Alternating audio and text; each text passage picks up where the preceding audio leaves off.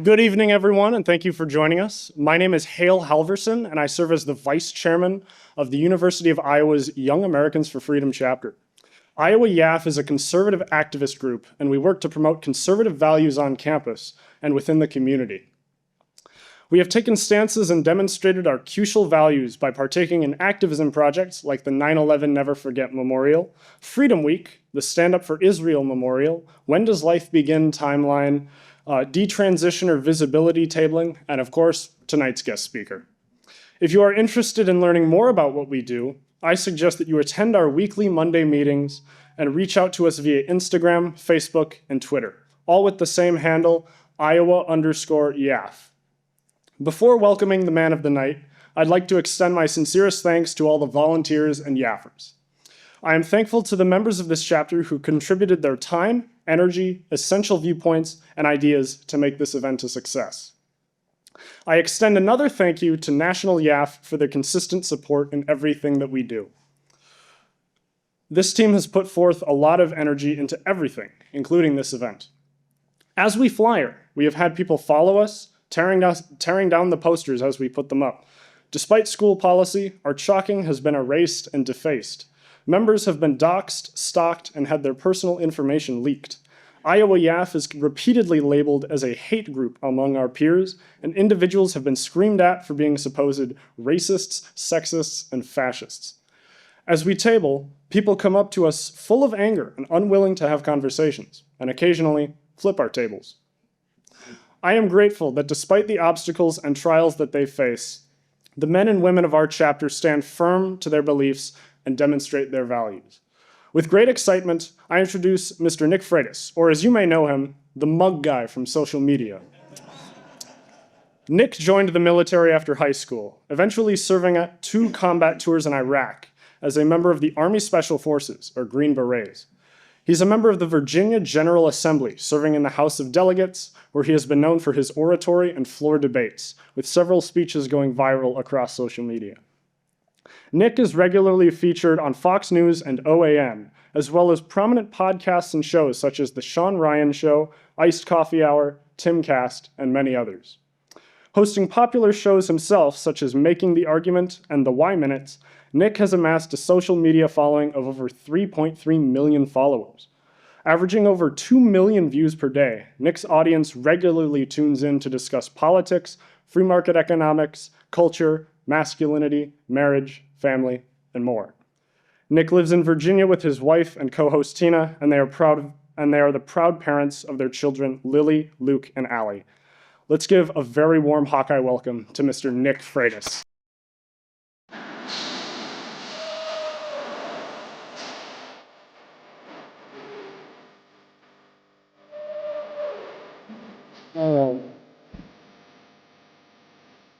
Well, everybody, thank you for being here. YAF, of course, thank you very much for hosting. Here's what I'm going to do. I'm going to talk for a little bit, and then I'm going to leave plenty of time for questions, because I'd much rather take questions from the audience than just assume that whatever I'm talking about is what you're actually interested in.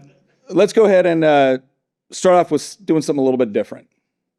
Because I think it's important that whenever you're talking about an issue, it's important to understand it from multiple perspectives.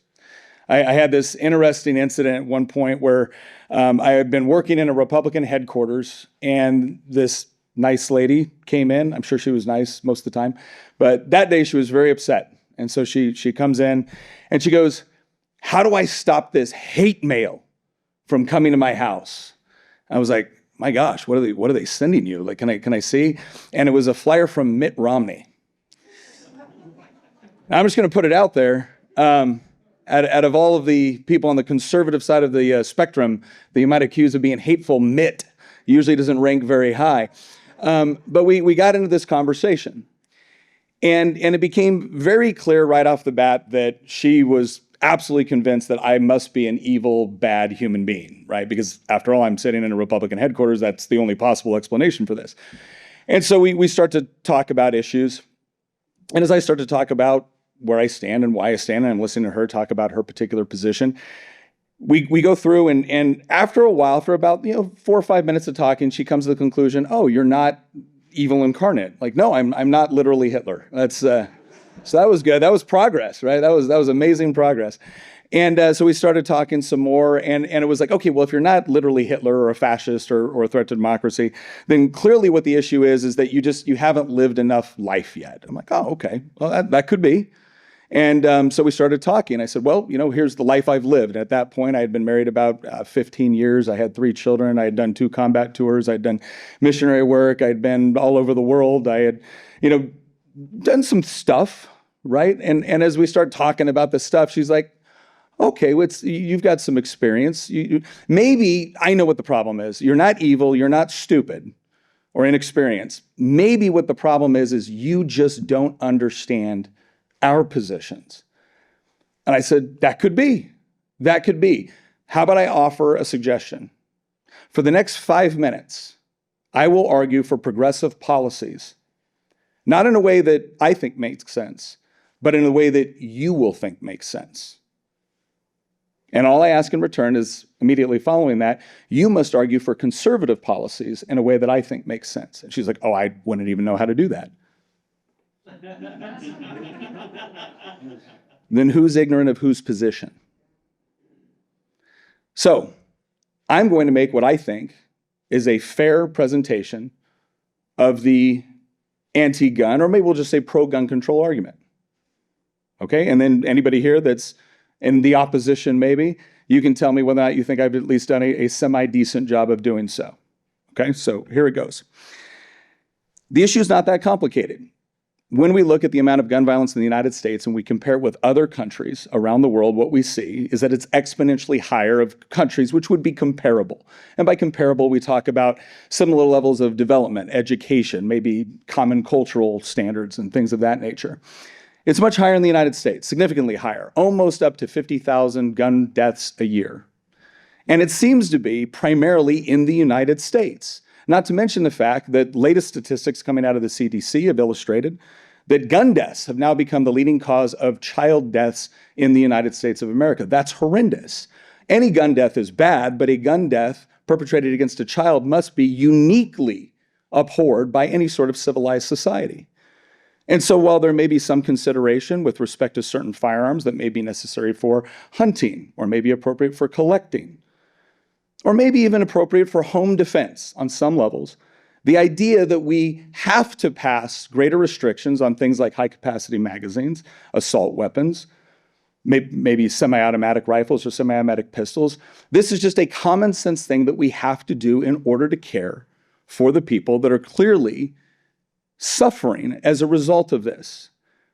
And again, we have to recognize that what differentiates the United States from other countries in the world is that other countries in the world, which have people and have guns and have other similar circumstances that we're dealing with, violent video games or TV or whatever else we might consider, still don't have the same amount of gun violence. Why? Because guns are incredibly easy to get in the United States and they're far more difficult to get in other countries. So therefore, we need to have comprehensive, not only gun control, but we need to have things like buyback programs. We need to have restrictions on certain types of firearms. And yes, we may have certain categories where we actually need to engage in forms of confiscation, hopefully voluntary. But if people persist in keeping a hold of weapon systems that they don't need for any practical purpose with respect to home defense, hunting, or collection, well then yes, at some point there may be penalties associated with them not being willing to hand that over. And we can talk about what the just compensation would be, just like if we were going to do a taking with respect to eminent domain. But in the end, this is about saving lives. And I think we need to be far more concerned about the number of young people that are dying on our streets than the potential of foreign invasion or a government imposing absolute tyranny on us. Now, would that be a fair representation of what people that are usually asking for more gun control or even gun confiscation, that'd be a fair representation of some of the common arguments that you hear? Okay, so I'm not ignorant of the arguments. So why do I oppose them? Well, the first thing I want to do is I want to try to establish that I'm not literally Hitler, okay, and I'm not evil. It's not that I'm sitting here as a father of 3 children. It's not that I'm sitting here and I'm just obtuse, that I'm so obsessed with my gun fetish that I don't care about what's going on our streets or going on with respect to mass shootings, especially students being targeted. But I do have a different experience. Now, the first experience that I want to point out here is that I am old enough to remember when people would actually have guns in their cars during hunting season when they went to school. For pretty much as long as I can remember, and as long as we can look back in American history, guns have been fairly prolific. You know what hasn't been? School shootings. That's not fairly prolific in American history. And so I'm looking at this from the standpoint of a causation correlation issue. Something has happened that we definitely need to get to the bottom of as a society. And I'm not willing to accept that, well, if we just get rid of the guns, that takes care of it. That takes care of the violence. No, something is driving, especially younger and younger people, to commit acts of violent crime, whether it be things like gang violence, whether it be things like mass shootings, at increasing levels, which has to be addressed beyond simply pointing to the instrument that is being used and saying, well, just take that. The other thing I will say is I have a very unique experience also having served in Iraq. I have seen what happens to a population when they are summarily disarmed and left at the mercy of both criminal and terrorist elements. The other thing that I would point out is we should absolutely talk about the roughly 48,000 gun-related deaths that we will see in the United States. We should also be willing to point out that about 58% of them will be suicides. If you remove one implement, I'm willing to bet in many cases people find a new implement. And so I absolutely want to get to the bottom of how do we effectively address suicide. When it comes to a lot of the homicides that we're seeing, I absolutely want to address that too. I'm a little bit confused why so many of the people, and nobody gets to tell me this isn't true because I've seen it firsthand in the General Assembly in Virginia, why so many of the people that want to summarily disarm me also commonly advocate for the early release of violent felons. I don't understand that. That doesn't seem to make sense to me. I will also point out that one of the biggest problems that we have right now with respect to debate across a wide array of categories in this country is the deliberate manipulation of data for political ends.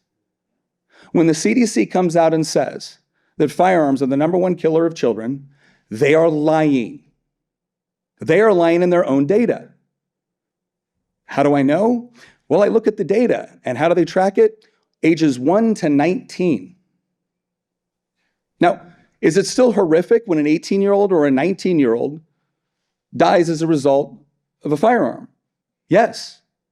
But why are you including them in statistics with children when you don't include them in other statistics with children? Oh, it's because you want to try to make a stronger case. Oh, by the way, when we generally talk about children in these statistics, we don't include 18 and 19. We also don't typically include 15, 16, or 17. Why are they doing it for this status? In order to bump the numbers. What happens to firearms as the cause of death for children once you remove those? Oh, it goes from #1 to 19. I guess that doesn't sound as well on your flyer. Why do you start at 1 instead of when they're born? Because once again, it messes with your stats and your data. Now, anybody that does a cursory search of this can see that the CDC cooked the books to get a number. Here's what I don't like. When I point this out, what I will hear is, well, regardless of what that is, does it make it any less horrific? I'm like, no, stop. One of the reasons why we can't have civil debate as much in this country anymore is because we have decided that we're just going to manipulate data however we want. And then when you get caught manipulating it, your response is not to say, okay, that was inappropriate, they shouldn't have done it that way. Your response is to say, but who cares? Moving on. If you want us to be able to look at common data and common stats so we can come to conclusions and use reason and logic and the scientific method in order to properly diagnose problems so that we can hopefully come up with appropriate solutions, we have to be able to rely on the idea that the people gathering that data, analyzing that data, and putting stats out are doing so in good faith.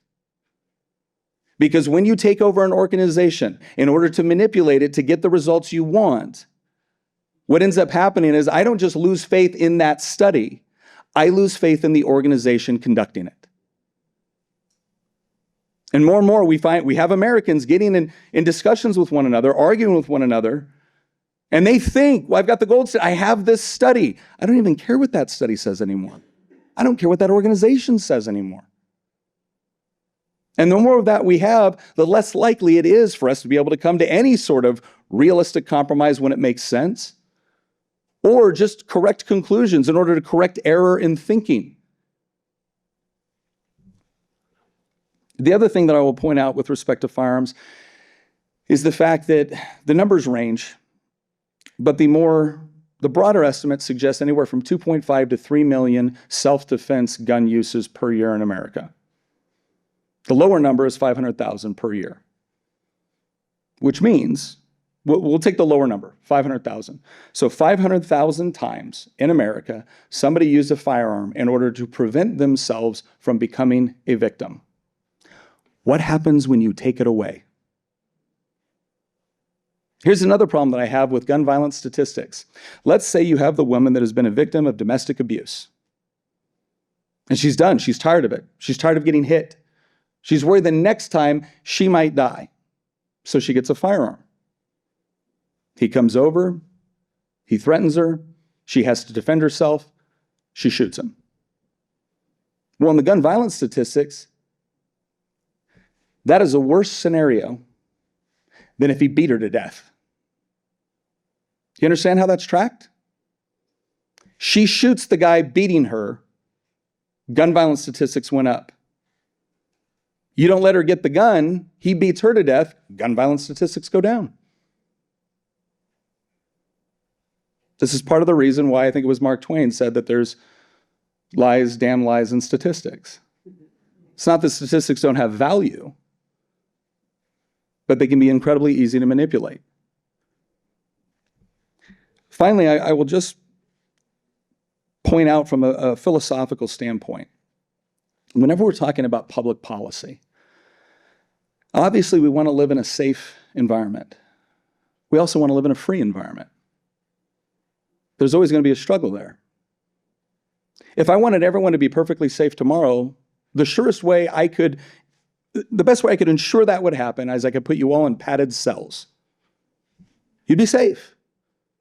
You'd be safe. Solitary confinement in prison is one of the safest places you could possibly be. And yet, nobody's dying to get in there. So we do want to have a free society. How do we balance these things? Well, for anybody that will tell me that for me to point out that the reason why the Second Amendment was put into place was not for hunting, the reason why it was put into place is because our founders took it very, very seriously, that in order to secure a free state, the right of the people to keep and bear arms shall not be infringed. Actually, let's take that in its fullness, because that's another one of the arguments I hear. It says, no, Nick. A well-regulated militia being necessary for the security of a free state, comma, the right of the people to keep and bear arms shall not be infringed. There's actually a couple of different responsibilities being discussed in there. One has to do with the well-regulated militia, because if you actually look at the founders, they were actually very, very skeptical of standing armies. They were always concerned that the federal government had a big standing army, that the federal government would go looking for wars. I want to thank True Classic because they are one of our sponsors for this podcast. Now, as you know, we love True Classic around here. I am currently wearing one of my favorite black True Classic t-shirts. And my wife was the one that introduced True Classic to me because she was tired of me wearing a bunch of ill-fitting stuff because, quite frankly, I didn't care. But guys, you should care. You should care how you look for your lady, for your wife, right? And True Classic has got you covered. And it's not just t-shirts. It's active wear. You like to go to the gym? I'm telling you, you're going to love True Classics because they fit right. So when you're getting your pump on, like you can actually see it. It feels good in the shirt. Try out their fitness gear. I absolutely love it. Their shorts are awesome.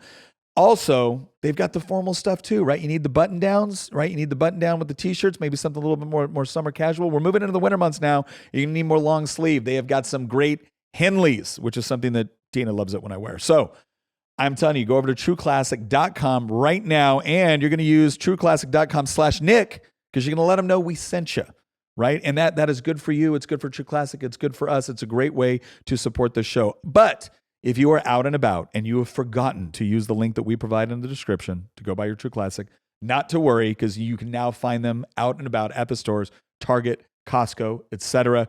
Go get your True Classic. Again, it has become the vast majority of what I wear now because it is comfortable, because it is durable, and because it just fits the way it should. TrueClassic.com/Nick. Go try them out. But what was the well-regulated militia? Well, if you talk to George Mason, it was made up of the body of the people. The right of the people to keep and bear arms. So understand that our founders weren't just putting this in place because they wanted you to be able to hunt. They weren't even just putting it in place because they wanted you to be able to defend yourself. They thought it was absolutely essential to the security of a free state. And I think sometimes we get used to a certain level of prosperity or comfort by historical standards, and we think, couldn't happen here. I think we have short memories. I think we need to understand that sometimes things also work as a deterrent. Because another thing war has taught me is never fail to underestimate what human beings are capable of justifying once they think they have the power, authority, and moral justification to do it. So, I've always made my position very, very clear. I am more than happy to work with anybody in good faith to try to reduce gun violence, to try to reduce accidental deaths, to try to reduce any sort of death associated with violence, whether it includes a firearm or otherwise. But let's also be honest. When you say you're anti-gun, or when you say you want gun confiscation, or when you say you just want common sense gun control, you're not anti-gun. You still want the government to have them. You just don't want me to. Well, let me put this one right on the nose. My firearms in my hands have never hurt anybody that was innocent, because I have been to war. But they have served to defend my family, and they will continue to do so. It's not a question of whether or not you're going to get them. You aren't. Because I think it's also essential to a free state. I think it's also essential to securing people. And it has never made sense to me that the rights of law-abiding people should be immediately forfeit because somebody else chooses to abuse theirs.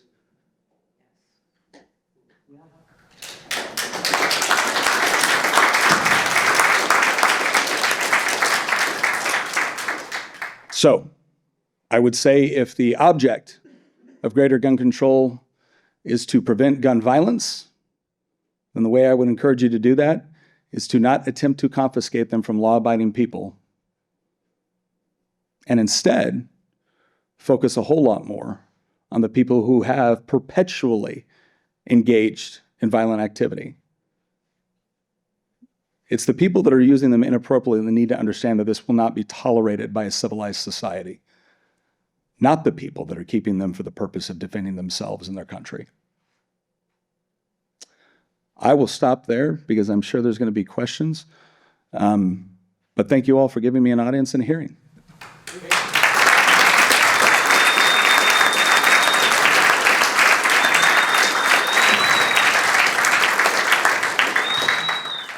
This opens the Q&A portion of the event. So if you have a question for Nick, make your way towards the back over here and line up behind my colleague. When you do get to the front of the line, you're going to stand here, ask Nick one brief question. So I just wanted to ask, basically since 2008 and the Heller decision, there's been win after win for the gun rights movement, getting the government to recognize that the Second Amendment does exist and that you cannot restrict the people unjustly, unreasonably. One of the issues that's been popping up that I am kind of frightened of is what we've seen with Glock recently, with completely redesigning and removing a lot of their models that have been around for decades, and then seeing what's going on with Remington being sued in the courts. And then also, there are a lot of gun confiscation groups that are lobbying insurance companies to deny homeowners insurance for people if they have firearms. And this is all private sector stuff. These are all private transactions, private agreements. If there is a cartel of these activists that are trying to make it so that you reasonably cannot own a firearm, does that raise government action, or is that just something we have to deal with? Well, I think a lot of what's going on in order to do that in the first place is government action, right? So in Virginia, they were they were trying to pass legislation that would, again, allow for lawsuits against gun manufacturers. Now, again, they were saying things like, well, if you sell the gun inappropriately, or because obviously you can sue a gun if it doesn't function the way it's supposed to and it blows up in your hand. Right, but I can't sue a gun company because someone misuses their product any more than I can sue Ford for someone misusing their product. And so you've seen this push because, again, if that pesky Second Amendment keeps standing in my way for confiscating your guns, well, then now I got to come up with some sort of mechanism that makes it expensive to get those guns, or expensive to get the ammo, or expensive to get the magazines, or whatever else it might be. And that's the sort of thing that you've seen in places like California, and other states are trying to do the same. Virginia will be probably doing the same this next year. So in some ways, there'll be legal action. It'll be suing the government whenever they essentially attempt to infringe on rights. And some of that will probably be like a substantive due process claim. Some of it will be a claim that you're violating the Second Amendment. But a lot of it, too, is you're already starting to see this where gun manufacturers are moving out of states which are openly hostile to them. And I think you're going to start to see the same thing, too, with citizens moving to states that are not hostile to your Second Amendment rights. Now, I'll point out something which I've always found interesting. Once upon a time, you could have made the argument that the Second Amendment was a prohibition against federal action, but not state. So what changed? Well, you had a more liberal Supreme Court that wanted to do the incorporation doctrine. So the incorporation doctrine was essentially saying that no, the Bill of Rights applies to all of the states. There are limitations on all power within the jurisdiction of the United States government, not just federal power. Well, and they wanted that for a variety of reasons, generally around civil rights. Certainly understood why they wanted it. But it applies to all of our rights. And so I think there's going to be legal cases to be made, again, from a Second Amendment standpoint. But a lot of it, too, is just going to require people actually, in Virginia, after swearing up and down that nobody wanted to take our guns. And by the way, I am so done with that. Nobody wants to take a gun. Really? Okay, because I sat on the committee, and yes, they did. And 30,000 Virginians showed up to Richmond. And tens of thousands more showed up to the local board of supervisors. And what happened in Virginia was, even though they had the power to pass the legislation, we had over 100 localities in Virginia, counties, towns, et cetera, that essentially signed up to say, we won't enforce this. We think it's deliberately unconstitutional. And not just the U.S. Constitution, but we also thought it was a violation of Article 1, Section 13 of the Virginia Constitution. And so we're not going to enforce this. And they essentially said, okay, well, this is bad for us electorally, so they killed the bill. But there was no question that they wanted it. And what's interesting, too, is they didn't just want the confiscation. They wanted felonies for things like high-capacity magazines. So if you think about that, if you buy a typical semi-automatic 9mm, that'll probably come with a 15-round magazine, or something over 10 rounds. That would have been a felony for each magazine. That's a separate count. Guess what you lose along with your gun rights when you get a felony in a lot of states? Your voting rights. Gosh, it's almost like there was something to that. So I think people are just going to have to be very, very aware of what's going on at the state level and recognize that a lot of the legislation that's coming down, don't depend on the Second Amendment to defend you from everything. You have to. I love the Constitution. But the Constitution, devoid of people that believe in it and are willing to defend it, is really, really nice calligraphy on old parchment. You have to have people that are willing to defend it, and the only people that are willing to defend it are the ones that understand why it exists in the first place. So, yeah.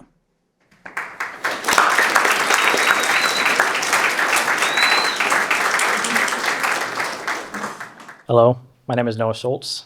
I wanted to ask, since you've proven time and time and again you are incredibly capable of articulating an argument with both respect to current events and more classical philosophies, can you elaborate on your own journey into that form of understanding and both how someone nowadays can work on that and develop themselves to be better at articulating an argument? Sure. Well, it started off for me.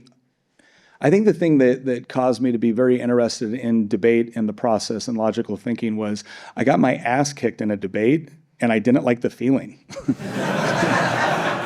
And so I was like, well, I guess I better get better at this.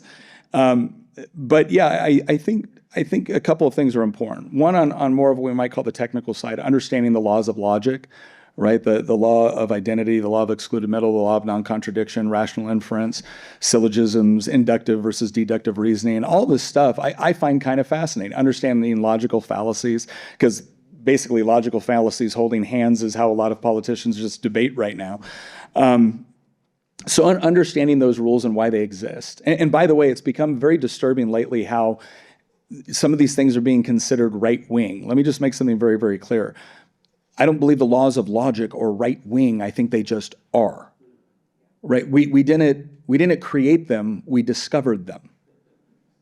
And they should be something that anyone can use in good faith in order to make intellectually consistent and rigorous arguments. So some of it is about understanding those things, understanding the structure of argumentation, what does it look like, and making sure that you're making good, valid arguments and reasonable arguments. The other thing that I would say is it's also about understanding perspective. Sympathy is important in this. I've told, I won't go through the whole story right now, but I've told this story before. The first time I was engaging, or not the first time, but the time I was engaging in a debate with respect to Christian apologetics, and we were arguing about whether or not God existed. And I was so eager to win the argument that I didn't bother to ask the person who was asking me some really odd questions about suicide and things like that. I had an opportunity to ask him, why do you ask me that? But instead, I just wanted to win a technical argument. And I ended up doing a lot more damage. I won the argument, and who cares? Because I totally failed in what my purpose should have been at that point, which was showing love and mercy and grace to somebody that was hurting. And so a lot of times when you are talking about these issues, yes, there's a room for the technical, there's a room for the stats, there's a room for the logical, but don't let that cloud your judgment so much to where when somebody starts asking you specific things, that you can't be open to the fact that somebody could be really hurting and struggling with something, and they're trying to make sense of something that may be horrific, that may be incredibly traumatizing. And in that point, I would say, again, as a Christian, my job at that point is not simply to win an argument. My job is to have some compassion for a fellow human being who's suffering. And the more you can do that, and the more you can actually put yourself in that other person's perspective, it'll do two things. One, you may learn you're wrong. That's happened to me before. Marriage also does that. You learn you're wrong. But the other, you might learn you're wrong. But even if you don't, a lot of times you discover something which is truly important, and I think at the heart of what we're actually trying to do, and that is figure out some of the most difficult existential questions that all of us are facing. And sometimes putting yourself in that perspective and understanding what they're going through, that doesn't mean you agree with the solution that they're offering, but you may have new insight into the problem that they're dealing with and how they're trying to address it, and you may be able to offer something that both of you can agree on. And so I would just say, understand the technical, listen to people that you think are good at, that present in the way that you would like to, practice that, debating with others, have those difficult conversations, debate both sides of the issue. Whenever I saw my kids starting to just regurgitate stuff I knew that dad said, I'd flip on them and I'd take the antagonist position. I'd make them defend what they were saying. But again, and that other component is the sympathy, right? It's about genuinely trying to understand someone else's perspective. Because ultimately, I always say, like, there's a lot of ideologies out there that I consider to be my enemy. I don't consider other human beings to be my enemy, ultimately.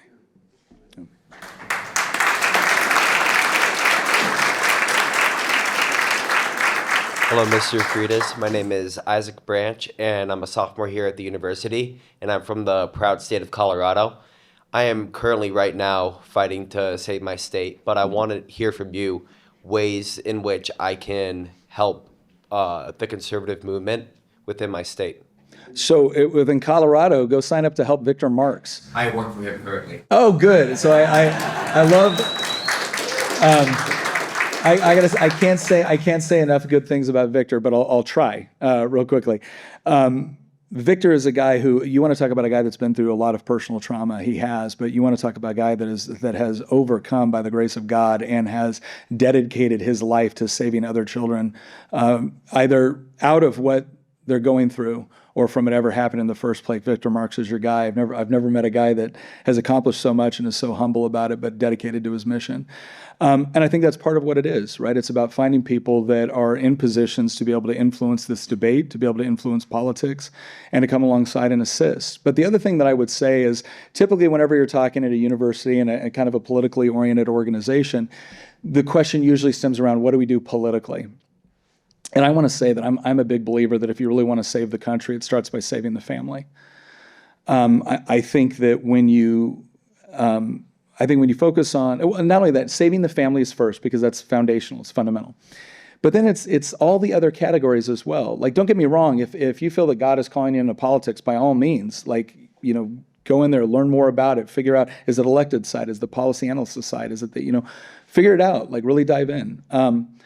But man, I would kill for some more good conservative playwrights and musicians and artists and authors and all of the other journalists, for the love of God, right? So that's what I would say. Again, from a Christian perspective, I would say, pray about what it is that you have a calling on that you feel really, really passionate about, and then figure out the best ways to really be engaged in that. But it would be a horrible shame if the next Tolkien put down their version of the Lord of the Rings to enter into politics when what we really need is some great art that exemplifies kind of the greatest things about honor and duty and sacrifice and love and justice. So, Ladies and gentlemen, I don't like the Federal Reserve. And I really don't like fiat currency because, quite frankly, I am tired of living in an inflation to inflation style of economy. And that is why I am getting a lot more interested in precious metals. It's also why I reached out to Lear Capital, because I appreciate the fact that they're not just trying to sell me something without actually educating me about it. In fact, Lear Capital will send you a free investor kit that includes a $4,500 gold report where you can actually learn about how you can actually own physical gold. That's right. When your government decides to debank you, the question is what do you have on hand that actually has genuine intrinsic value that has stood the test of time? Lear will set you up to actually own gold, silver, precious metals on your physical location, right there, your safety deposit box, your safe, you got it. Plus, they will also educate you on how you can actually roll it over into your 401k, into your IRA, all of that good stuff. Plus, my viewers get a special offer of up to $15,000 in bonus gold or silver with qualified purchase. Now, if you want to learn more about this, I'm going to encourage you to get started today by calling Lear at 800-707-4575. That's 800-707-4575, or visit nick4lear.com. That's Nick, the number 4lear.com. We thank him for advertising for us. Go over there, get educated, be able to protect your investments. Hey Nick, my name is Jack. I'm a sophomore here at the university. I am actually trying to be a journalist, not politics, but appreciate you mentioning that. I'm a pretty moderate guy when it comes to politics. I like to hear both sides of an issue, but I do want to hear, what is your idea? Like, if you were in power, if you were president, or, signing executive orders and you wanted to reduce drastically gun violence in the United States, especially like mass shootings, school shootings, what would your policy be and why, as opposed to more something like, an assault weapons ban? Sure.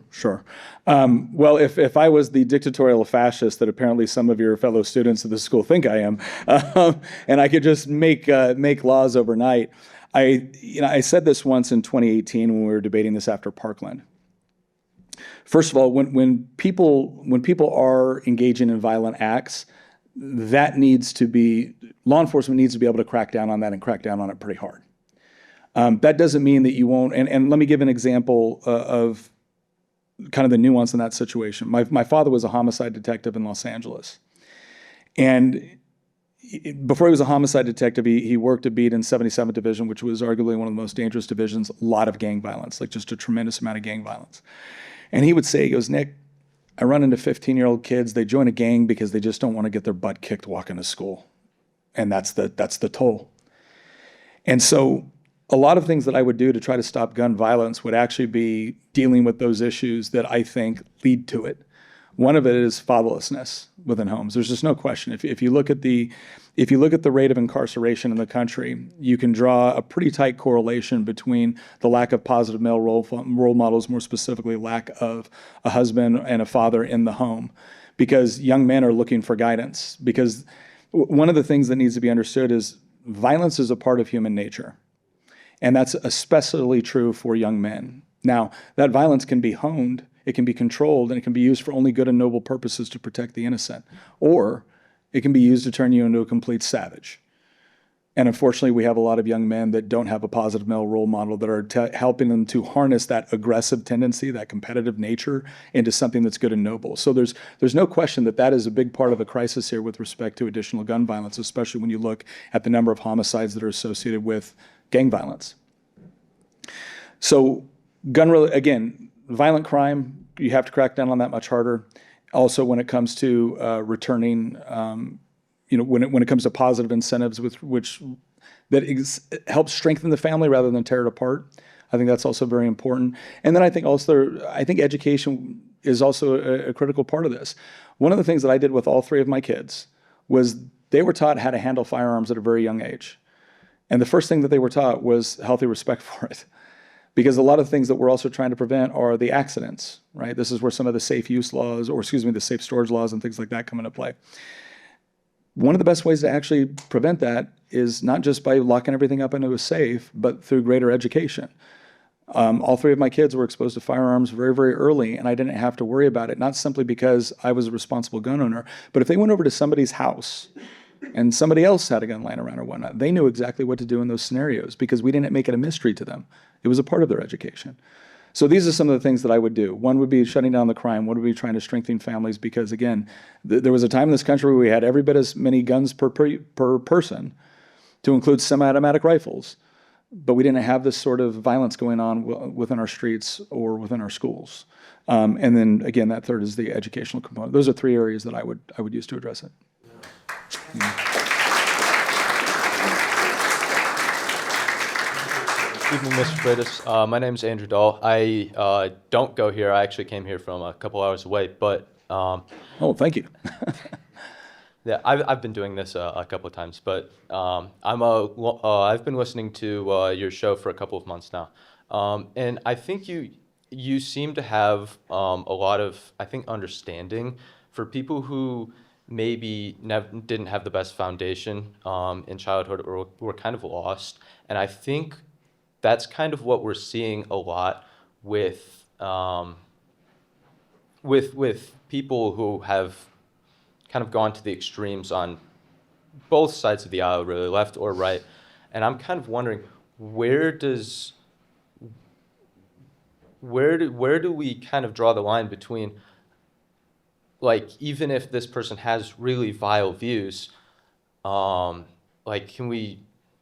I would say, like, I want to respect people as humans as much as possible. Mm-hmm. Where does that point come where you can't really do that?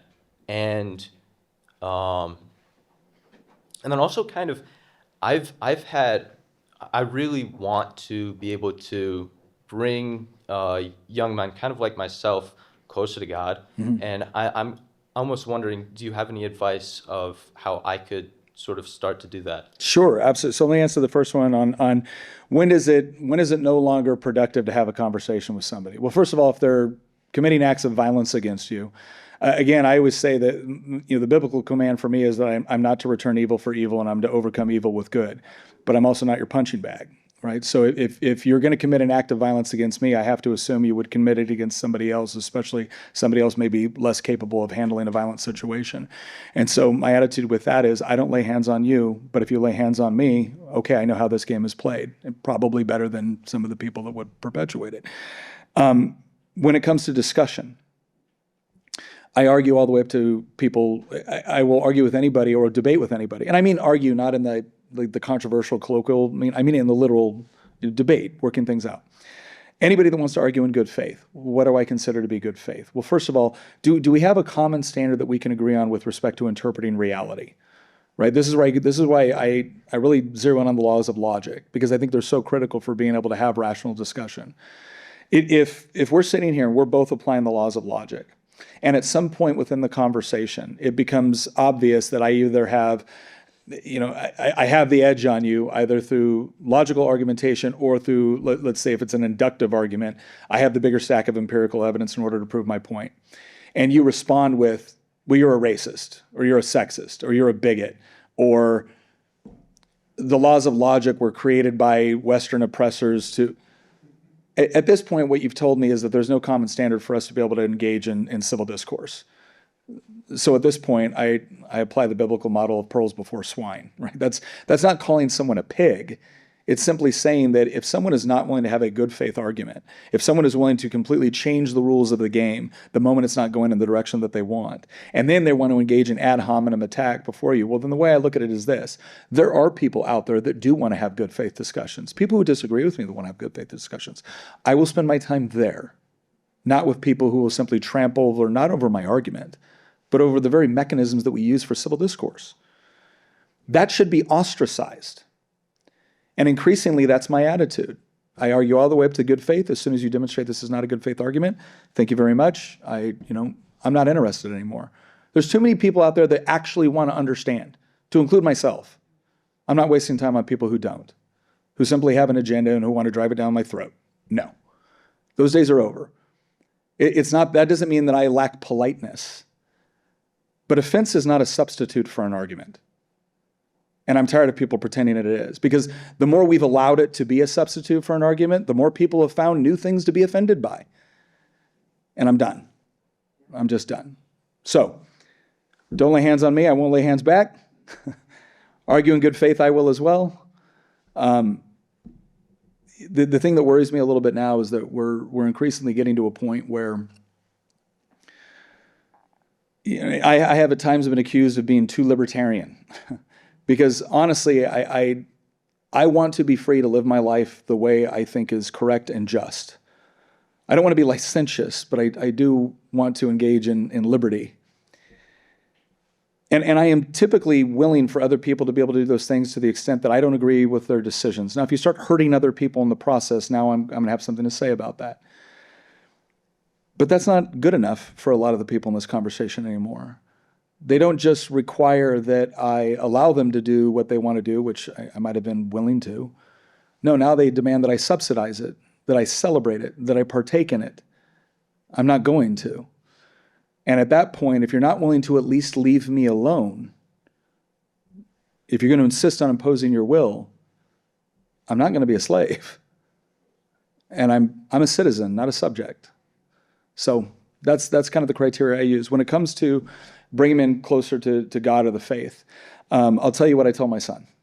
My son is in the 101st Airborne Division right now. And when he was first going into infantry training, I said, I went through infantry training as well. And I said, well, buddy, here's what's going to happen. You're going to come into contact with a lot of different ways of thinking about things. The language is going to be a little bit different. Kind of the views on male-female relationships are probably going to be a little bit different than what you were taught and raised with in our faith. You got a choice. Every time you hear something you don't like, every time you see something you don't like, you can condemn them. But you're going in there to be a soldier. And so here's what I would tell you to do. Be the best. Be the best soldier. If you want to be a representative for Christ and you want to be a soldier, then be the best soldier possible because of who you represent. And then don't engage in the things that they're engaging in. And son, I guarantee you they will ask you questions. Why don't you do this? Why aren't you going to the strip club? Why aren't you doing this? Why aren't you doing that? Why don't you use the F-bomb more? They'll ask you. And then you can say, oh, because of this. So what I would say is the first step is always the internal sanctification, right? It's always renewing our minds and remembering that everyone's favorite verse, right? Didn't Jesus say not to judge? No. He said, remove the plank from your own eye so you can see clearly, to remove the speck from your brother's eye, right? He said to judge rightly. So really focus on that. That doesn't mean that you can't bring things up or call things out that need to be called out. But I think the more we're focused on our personal relationship with Christ and allowing that to renew our actions, our mind, our behaviors, it's amazing how much you don't even got to call it out. They feel the conviction simply by your presence.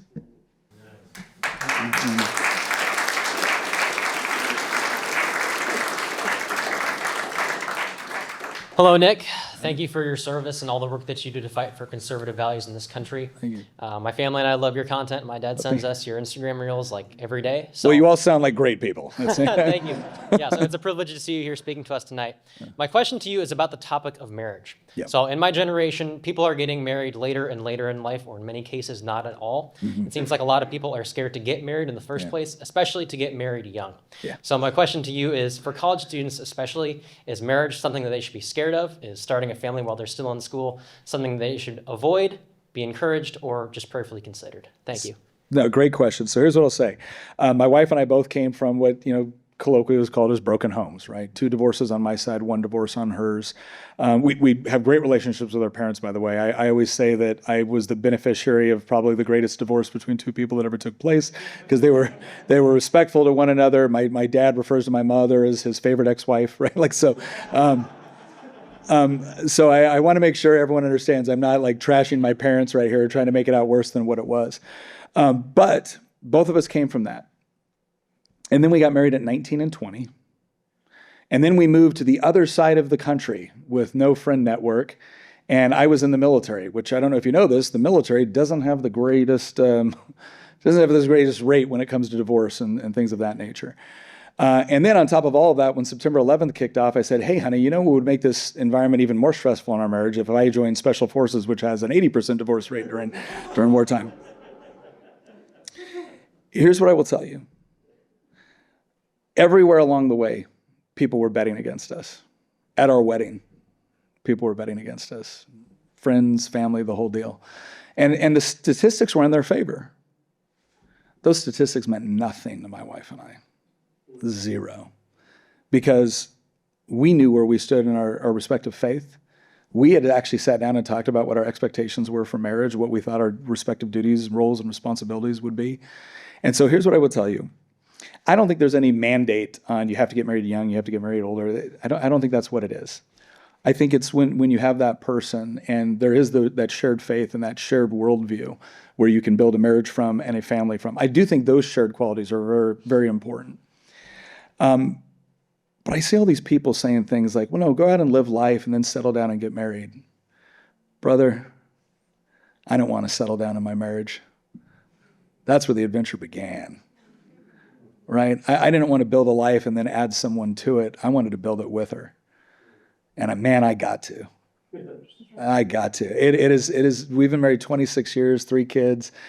We've been through a ton of stuff together. And I know if we lost it all tomorrow, she'd be right there and we'd just build it back again because it's her and I against the world, if that's what it comes down to. So what I will say is when you have found the person that you think God has for you and you guys have prayerfully considered that and whatnot, I don't think you need to put it off unless there's some sort of compelling reason why that's appropriate. Again, I didn't want to build a life and add her to it. I wanted to build it with her. And it's been one of the greatest privileges of my life. Can't believe she stuck around. Welcome. Mr. Freitas, first of all, I appreciate you coming here and speaking on this. My name is Ben, and my question has to go with when you were talking about arguing with people on the other side of the gun debate, when they are saying that saving the lives of children, for example, is more important than protecting yourself against a tyrannical government. How do you make that argument against them? Because, in my personal experience, whenever I bring up the tyrannical government idea, they're always like, "Oh, I've never even thought of that before." And with that as well, especially when they're using manipulated data, how do you approach that with them to kind of show them that? I think so sometimes it's important to ask. Sometimes it's appropriate to ask, okay, why do you think this? Where are you coming from? Because sometimes it's just because it's a topic of interest to them, or maybe they're studying in their poli-sci class. Other times it's because someone close to them was killed. And we need to be sensitive to that. The other thing that I would do is whenever they say it's about saving children, it's like, yes, I agree. I just don't think what you're suggesting will do that.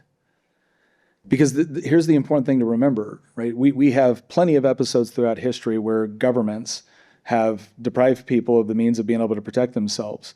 And it wasn't just the adults that suffered as a result of that. It was the children as well. If I'm in a situation, and I live in a rural area, which means we don't have a huge police force for where I live, and they're great people and they're very competent. But if someone's breaking into my house to hurt one of my kids, my 17-year-old daughter, I want her to be able to have the means to be able to defend herself. Right? And you saying that, well, I think it will be safer if she doesn't have access to a firearm because of what this guy over here just did. Again, it's like, okay, can we apply that logic to everything? Does that apply to freedom of speech? What else does that apply to? Where somebody has misused their rights, so now yours are forfeit. Not to mention the fact that creates a pretty perverse incentive for people that want something and now want an excuse to take it away. So the idea would be is like, okay, look, for a while, can we consider other options? If someone is willing to say, because if someone says, my primary issue is to prevent gun violence or to prevent children from dying as a result of firearms or teenagers or whatever else it is. Great, let's talk about that. Let's talk about all of the various things that factor into why that is happening, and let's see where we can work together. And maybe you don't agree on everything, right? Maybe they still really want the gun bans, and maybe you still don't, but you might be able to find something else you're willing to work on. And one of the things I used to say is, when I come at a complete impasse with somebody, I try to find the thing that I'm not in an impasse with, and then I try to focus the attention there. There's a delegate in the General Assembly. Him and I disagree on 99% of the issues. But when it came to things like civil asset forfeiture reform, we agreed. So we worked together. There's another delegate. Him and I disagree on just about everything and don't particularly like one another. But we both agreed on the Defend Our Guard Act. So we worked together on it. And so that's what I would say. One of the ways, too, that you can actually get to some of the more controversial issues is by finding one that you can actually find some common ground and working on. But the biggest thing that I would say whenever someone brings up, it's like, if it would just save one life, it's like, you need to understand something. I don't accept your premise. You're suggesting that your public policy preference will yield this result. I don't accept your premise. You're going to have to prove that. But a lot of times they won't. They'll simply insist that you don't care. And again, that's the part where I'm like, okay, this isn't good faith anymore. This isn't good faith anymore. Now, because I can just as easily say, okay, great, 500,000 self-defense cases. I guess you don't care about them. What about the young woman? And this is a real case. A young woman knew how to carry a firearm, had been trained on how to carry a firearm, but she went on campus and wasn't allowed to carry a firearm, brutally raped. Now, here's another thing I would ask for anybody to consider on this. If you have a right, so the government says, we do not see it as our responsibility to restrict you from being able to engage in this activity, freedom of speech, freedom of the press, journalism, assembly, gun rights, and you violate it, is the politician to blame because you had a right and you abused it? I would say no. Now let's flip it around. You have a right and I take it away. And the end result is you are hurt, right? You weren't able to stop the burglar. You weren't able to stop the rapist. You weren't able to stop the murderer. Now who's to blame? Oh, I'm definitely partially to blame for that because I'm the one that restricted your access to the means of being able to defend yourself, and you got hurt as a result when otherwise you might not have. And so I think it's important to take that into consideration as well when we're talking about public policy. Thank you. Okay, hi Nick. I don't know if we can have an argument, but there's some beliefs that I don't necessarily share with. Sure. But I'll tell you what I believe can be something that can work. I believe in that everyone should be able to own a gun, and I think that you should be able to defend themselves. But my disagreement in this case would be that I think we should ban semi-automatic rifles that can shoot, 100 rounds per minute, because I want to reduce gun death for school shooting, because I think that the marginal cost of saving that is much more valuable of banning. The marginal benefit of saving one or two child weighs a lot greater than the marginal cost of having those semi-automatic rifles. Sure.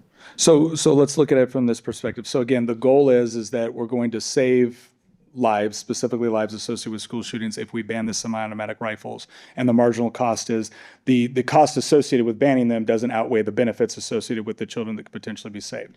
So I don't accept the premise that the children would be saved. If someone wants to go shoot up a school and you take away an AR-15 or any semi-automatic rifle, you don't take away the incentive. They're just going to find a different tool. And while a semi-automatic rifle might be more lethal, a semi-automatic pistol will do the same thing within a small crowded classroom. So the question is okay, if you're just going after the assault weapons ban, this is the common one, right? And keep in mind, when they say assault weapon, I was a special forces weapons sergeant, so this always kind of irritates me, because a weapon doesn't assault. A person doesn't assault, they use a weapon for it. The common vernacular, an assault weapon can include any sort of rifle with a collapsible stock, external magazine, a forward grip, like a bunch of stuff that is just about ergonomics. It doesn't make the weapon any more assaulty, right? And yet these are the criteria that we use in order to prevent it, because fully automatic weapons are already highly regulated, right? It's the semi-automatic ones. Now, the cost associated with getting rid of all semi-automatic rifles is that's actually a very, very broad category. There's a lot of things that semi-automatic rifles that aren't. Right? Rifles overall make up, I think, somewhere between 3 to 5% of like homicide-related gun deaths. So it's actually a very, very small fraction. Now, if you look at the original intention of the Second Amendment, right, which was not just about protection for you and your family, not just about hunting, and semi-automatic rifles are used for hunting, but also the idea of being able to secure a free state, the idea that you would be able to defend yourself against a foreign threat or domestic tyranny. Well, okay, now the cost of taking that away in that category is huge. You almost eliminate it. And so what I would suggest is that the cost associated with taking away could be significantly worse than what you might be calculating. One of the things that we used to do in the military when we talked about risk assessments, you talk about probability, but then you also talk about the degree of catastrophe associated with something going wrong. So I will agree that I think the probability that the United States just descends into a tyrannical state in the next 6 months is probably fairly low. Okay, but to the extent that it happens, if you've summarily deprived your entire civilian population of being able to own semi-automatic rifles, it would be catastrophic in that sense. And so when I look at that, I say, okay, the thing that you're actually preventing, I don't think you're preventing. You might have made them switch from a semi-automatic rifle to a semi-automatic pistol or something else. So unless you're going to ban all semi-automatic weapons, then that's a very, very different proposition, right? But then the cost associated with what would happen on the other side for one of the legitimate reasons why the Second Amendment exists would essentially be incredibly difficult to pull off.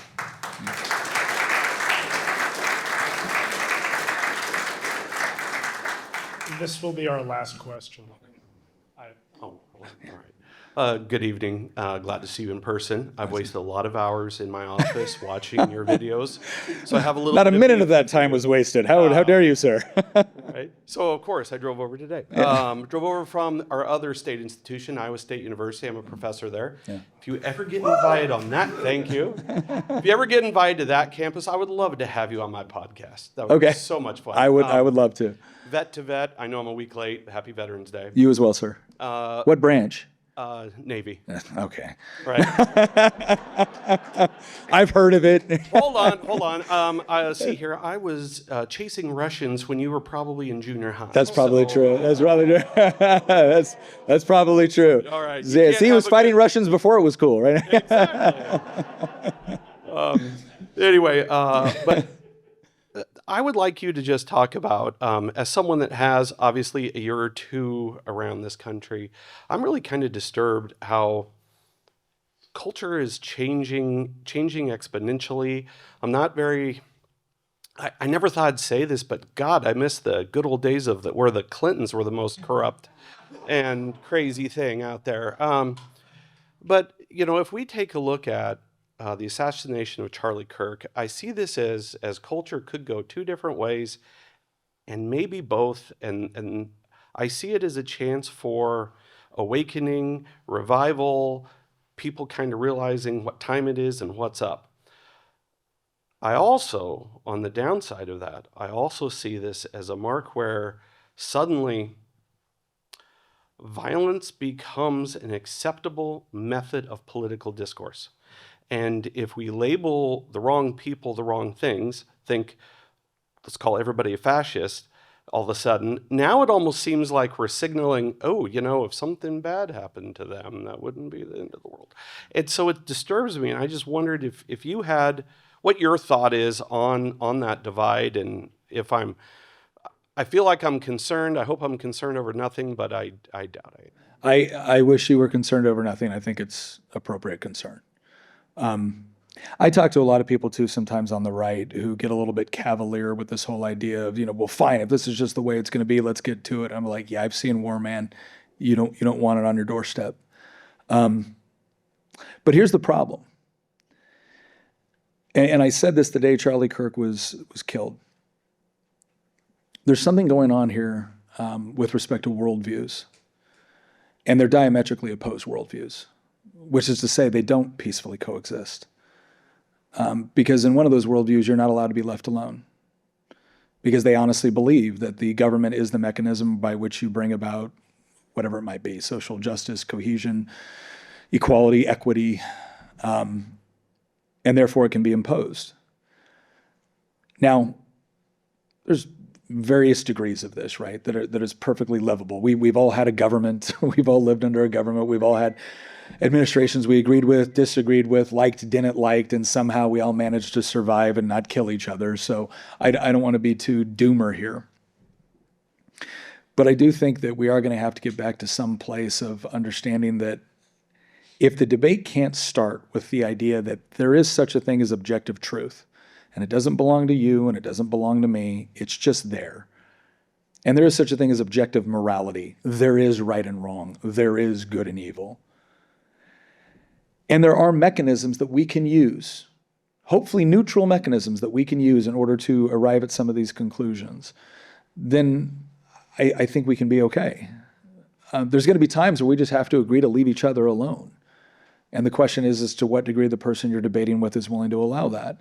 There are certain impositions I am willing to deal with, right? I don't like super low speed limits, and yet I am not working to overthrow, but there's other things that I won't. To the extent that, and people have asked me, what's that point? I'm like, well, if the government makes it impossible for me to provide for my family, protect for my family, or raise and educate my children in the way that I see fit, then at some point you're asking me to violate things I just can't do. And that's the part I don't want to get to. But the other thing too that's kind of a little bit scary about this, Charlie Kirk getting murdered didn't change everything. The reaction to Charlie Kirk getting murdered changed everything. I saw people gleefully celebrating his death. People that, I don't know. I think it made people aware of what people can justify in their own minds, and recognizing that their own death would equally be celebrated. C.S. Lewis has this quote where he says, I always butcher this. I just got to learn the quote verbatim, C.S. Lewis has this quote where he says that it might be better to be governed by robber barons than it is moral busybodies. And he says at the end of it, the robber baron may have his lust for greed or power satiated at some point, but the person that torments you for your own good does so without end because they do it with the approval of their own conscience. And what I've seen is I got frustrated when I would disagree on tax policy or crime policy, and I would instantly be called a racist or a bigot or a sexist. And I was like, no, I'm not demonstrating any of the characteristics of those things. Why do you keep calling me those things? And I realized what it was for. It was to deprive me of my moral legitimacy and the moral legitimacy associated with my arguments. It was a way to dismiss me rather than engage with the debate. But then when it switched to you're a fascist, you're a threat to democracy, it was like, oh, you're not trying to rob me of my moral legitimacy. You're trying to create a moral framework where you can conduct violence against me and pretend that it was self-defense. That's what's starting to happen now. And that's the part where I think it needs to be understood that won't be tolerated. Sorry, I didn't see you there. You know, if you've ever watched any of my reels and thought to yourself, where does Nick get all of those incredible coffee mugs? Well, look no further. You can get them with us. That's right. You can go to shop.nickjfreitas.com and find an assortment of some of my favorite coffee mugs with all of this snarkiness that I usually deliver on camera. That's right. If you've ever been watching one of my videos and thought to yourself, oh my gosh, that would be perfect for my husband, my wife, my child, or yourself, you can go to shop.nickjfreitas.com and picking them up now. And guess what, ladies and gentlemen? Coffee mugs are just the tip of the iceberg. We've got other stuff as well. And let's face it, Christmas is coming up. So get over there right now. Shop.nickjfreitas.com. Check it out. See you there. A civilized society cannot tolerate that. And so we'll see what happens. I don't know the answer yet. But what I will fight for, what I will advocate for, is to continue to have those good faith conversations with anybody who wants to remember that, again, I am not authorized to return evil for evil. Neither am I required to accommodate, tolerate, or celebrate it. I'm commanded to abhor evil, and I will. But overcoming evil with good, I think, first and foremost, means for me walking humbly with my God, humbly. It means taking care of the things that I have the most control over in my life, whether it's my own personal behavior, my family, my children. And then by extension, doing the things that I should do within my community to be of benefit to it and to make sure that I am there to help make it strong and secure, not to exploit or terrorize it. And that will lead to conflict at times. But I still have, when I look at my own kids, when I look at the decisions that they're making within their lives, when I see my son going off to the military, he still believes that this is a country worth fighting for, worth giving everything up to and including your life for. So I guess my job is to make sure he's right.